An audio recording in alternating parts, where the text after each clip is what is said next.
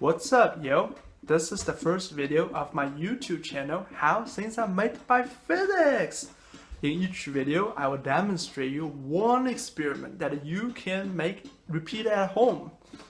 Hopefully this will give you a sense of what we as physics students do in our spare time and get you interested in physics too. Hey! We are in my kitchen!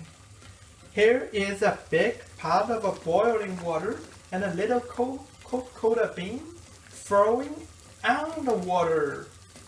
These are all you need to repeat the experiment.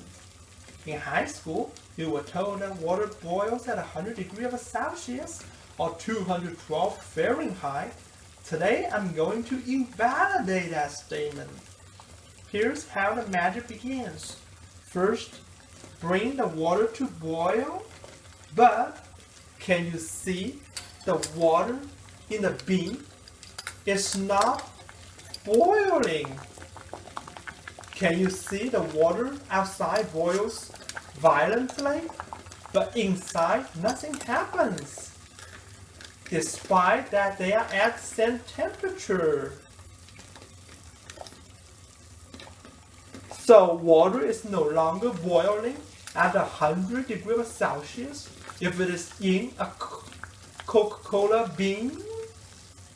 What the heck is going on?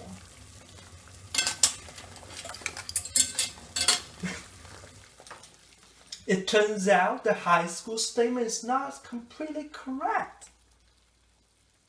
Water will boil at 100 degrees Celsius provided that the heat is continuously being added to the water. As soon as we stop heating the water, like we turn off the stove, the water will stop boiling. See?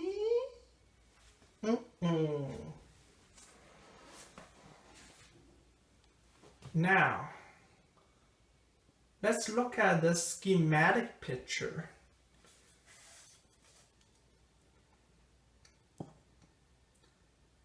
The water in the Coca-Cola bean is at 100 degrees Celsius, so is the water surrounded.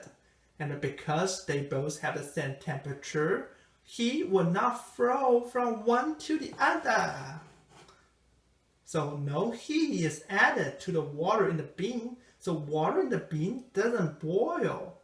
So question, why is heat the essential ingredient of a boiling process? What is boiling? In physics, boiling is called a phase transition. Those characteristics is that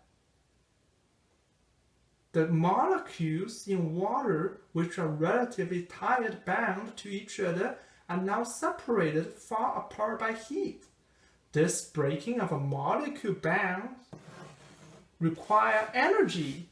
So without continuously support of energy, phase transition can't happen. In physics, there is another phase transition of water from liquid to gas called vaporization,